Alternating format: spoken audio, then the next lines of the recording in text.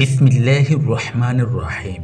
সম্মানিত বন্ধুরা, আপনি যদি সূরা ইখলাসের এই ছোট্ট একটি আমল করেন, তাহলে আল্লাহ পাক রব্বুল আলামিন ফেরেশতাদের মাধ্যমে আপনাকে কোটি কোটি টাকার মালিক বানিয়ে দেবেন। আপনি অবাক হয়ে যাবেন যে এত তাড়াতাড়ি এত টাকার মালিক আমি কেমন করে হলাম। বন্ধুরা, আমলটি অনেক কার্যকারী একটি আমল, অনেক গুরুত্বপূর্ণ একটি আমল।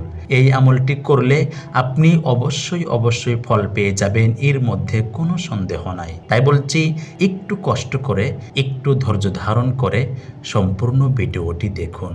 শুধুমাত্র এই ছোট্ট আমলটি যদি আপনি একবার করেন, তাই আপনি ফল পেয়ে যাবেন। আর হ্যাঁ, এই ছোট্ট আমলটি আপনারা সকলেই করতে পারবেন। ছোট বড় ছেলে মেয়ে সকলেই এই আমলটি করতে পারবেন, কোনো সমস্যা হবে না। বন্ধুরা, এই আমলটি করতে আপনাকে সূরা ইখলাস জানতে হবে। সূরা ইখলাস যারা জানেন না তাদের জন্য আমি স্ক্রিনে লিখে দেব, আপনারা লেখা দেখে দেখে সুন্দর করে মুখস্থ করে নেবেন। আর যারা পড়তে পারেন না তাদের জন্য আমি মুখে বলে দেব, আপনারা দেখে দেখে সুন্দর করে মুখস্থ করে নেবেন। সম্মানিত বন্ধুরা, সূরা ইখলাস কোরআনে কারিমের অনেক গুরুত্বপূর্ণ একটি সূরা। এই সূরাটি মুখস্থ করতে বেশি টাইম লাগবে না।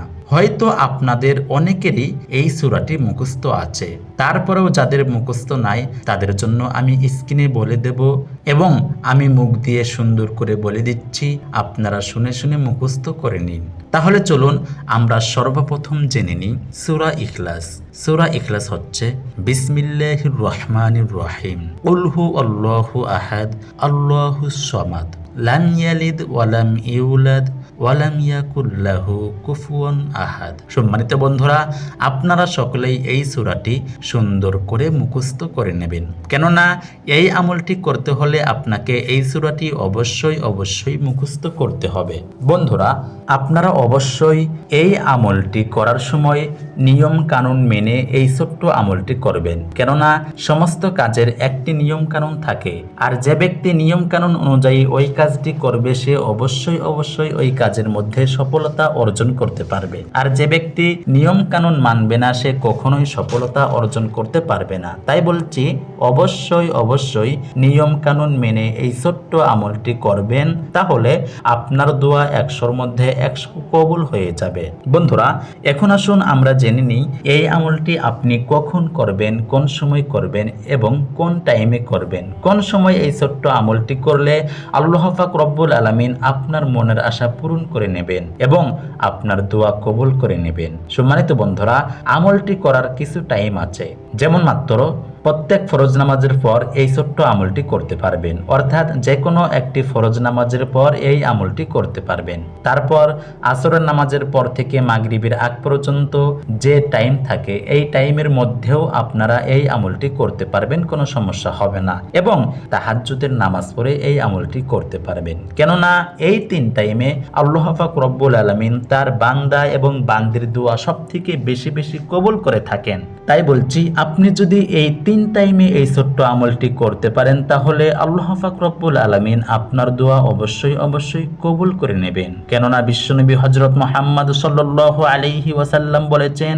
যে কোনো ব্যক্তি যদি, অর্থাৎ কোনো বান্দা অথবা বান্দি যদি আসরের নামাজের পর থেকে মাগরিবের আগ পর্যন্ত যে টাইম থাকে এই টাইমের মধ্যে আল্লাহর কাছে দোয়া করে কিছু চায়, তাহলে আল্লাহ পাক রব্বুল আলামিন ওই ব্যক্তির মনের আশা পূরণ করে দেয়। তাই বলছি, এই ছোট্ট একটি আমল করে আপনারা আল্লাহর কাছে চাইবেন, আল্লাহ পাক রব্বুল আলামিন অবশ্যই আপনাদেরকে দিয়ে দেবেন। বন্ধুরা, আমলটি আপনারা করবেন, মসজিদেও করতে পারবেন এবং বাড়িতে বসেও করতে পারবেন, কোনো সমস্যা হবে না। তবে পাক পবিত্র একটি স্থান হতে হবে। সর্বপ্রথম আপনি পাক পবিত্র হয়ে নেবেন, তারপর আউযু বিল্লাহি মিনাশ শাইতানির রাজিম মাত্র একবার পাঠ করবেন এবং বিসমিল্লাহির রহমানির রহিম একবার পাঠ করবেন। বন্ধুরা, তারপর যে কোনো একটি দরুদ শরীফ মাত্র 9 বার পাঠ করবেন এবং প্রত্যেকবারের শুরুতে বিসমিল্লাহির রহমানির রহিম পাঠ করবেন। বন্ধুরা, তারপর যে কোনো একটি দরুদ শরীফ মাত্র 9 বার পাঠ করবেন এবং তারপর সূরা ইখলাস মাত্র 19 বার পাঠ করবেন এবং প্রত্যেকবারের শুরুতে বিসমিল্লাহির রহমানির রহিম বলবেন। তারপর আবারও ওই ছোট্ট দরুদ শরীফটি মাত্র 9 বার পাঠ করবেন। সবথেকে ছোট্ট একটি দরুদ শরীফ সাল্লাল্লাহু আলাইহি ওয়াসাল্লাম, এই দরুদ শরীফটি 19 বার পাঠ করলেই হয়ে যাবে। সম্মানিত বন্ধুরা, আমলটি এইটুকুই।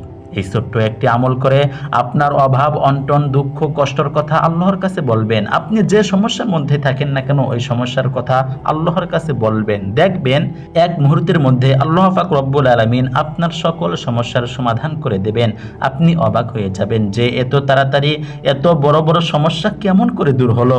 তাই বলছি একটু কষ্ট করে, একটু ধৈর্য ধারণ করে সম্মানিত বন্ধুরা এই ছোট্ট একটি আমল করবেন, তাহলে অবশ্যই অবশ্যই আপনি ফল পেয়ে যাবেন। সম্মানিত বন্ধুরা, আল্লাহ পাক রব্বুল আলামিন তার বান্দা এবং বান্দিকে কখনোই কষ্টের মধ্যে রাখতে চায় না। আল্লাহর কাছে চাইলে আল্লাহ পাক রব্বুল আলামিন তার বান্দা এবং বান্দির হাত কখনোই ফেরত দেয় না, কিন্তু আমরা চাওয়ার মতো চাইতে পারি না।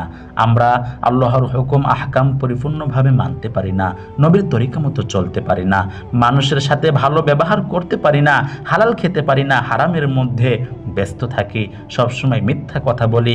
আর এইগুলোই কারণে আল্লাহ পাক রব্বুল আলামিন আমাদের সংসার থেকে অভাব অনটন দূর করেন না এবং আমাদের সংসারে সব সময় অভাব অনটন লেগেই থাকে। তাই বলছি আল্লাহর হুকুম আহকাম নবীর তরিকা মতো যদি আপনি চলতে পারেন, মানুষের সাথে যদি ভালো ব্যবহার করতে পারেন, আল্লাহর হুকুম আহকাম যদি পরিপূর্ণভাবে মানতে পারেন, নবীর তরিকা মতো যদি চলতে পারেন, আপনি যদি হালাল খেতে পারেন, তাহলে আপনার দোয়া 100-র মধ্যে 100 কবুল হয়ে যাবে, এর মধ্যে কোনো সন্দেহ নাই। তাই বলছি আপনি আল্লাহর হুকুম আহকাম নবীর তরিকা মতো চলে যদি এই ছোট্ট আমলটি করে আল্লাহর কাছে চাইতে পারেন, তাহলে আল্লাহ পাক রব্বুল আলামিন আপনার দোয়া 100-র মধ্যে 100 কবুল করে নেবেন, এর মধ্যে কোনো সন্দেহ নাই। কেননা আল্লাহ পাক রব্বুল আলামিন ওই সকল বান্দা এবং বান্দির দোয়া সবথেকে বেশি বেশি কবুল করে থাকে যারা আল্লাহর হুকুম আহকাম পরিপূর্ণভাবে মানে। আর আপনি যদি হালাল খান, হারাম ছাড়েন, আল্লাহর হুকুম আহকাম পরিপূর্ণভাবে মানেন, নবীর তরিকা মতো চলেন, মানুষের সাথে ভালো ব্যবহার করেন, তাহলে আপনার দোয়াও 100-র মধ্যে 100 কবুল করে নেবে। কেননা আপনি আল্লাহর খাস বান্দা এবং বান্দির মধ্যে একজন হয়ে যাবে। আল্লাহ পাক রব্বুল আলামিন ওই সকল মানুষকেই তো খোঁজে যারা আল্লাহর হুকুম আহকাম মেনে আল্লাহর কাছে কিছু চায়। আল্লাহ পাক রব্বুল আলামিন ওদেরকেই খোঁজে এবং ওদের দোয়াই বেশি বেশি কবুল করে থাকেন। তাই বলছি আপনি আল্লাহর কাছে আপনার অভাব অনটনের কথা এই ছোট্ট একটি আমল করে বলবেন। আপনি যদি কোটি কোটি টাকা ঋণ থাকেন, এই ছোট্ট একটি আমল করে আল্লাহর কাছে বলবেন, দেখবেন এক মুহূর্তের মধ্যে আপনার সকল ঋণের টাকা পরিশোধ হয়ে যাবে। আপনি অবাক হয়ে যাবেন যে এত তাড়াতাড়ি এত বড় বড় সমস্যা কেমন করে দূর হলো। আমি এত টাকা ঋণ ছিলাম, এত টাকা ঋণ আমি কেমন করে পরিশোধ করলাম। আমার সংসারে এত অভাব ছিল, এত তাড়াতাড়ি এত অভাব কেমন করে দূর হলো। তাই বলছি এই ছোট্ট একটি আমল করে আপনি আল্লাহর কাছে চান, দেখবেন আল্লাহ পাক রব্বুল আলামিন আপনার হাত কখনোই ফেরত দেবেন না, আপনাকে অবশ্যই অবশ্যই ধন সম্পদের মালিক বানিয়ে দেবেন।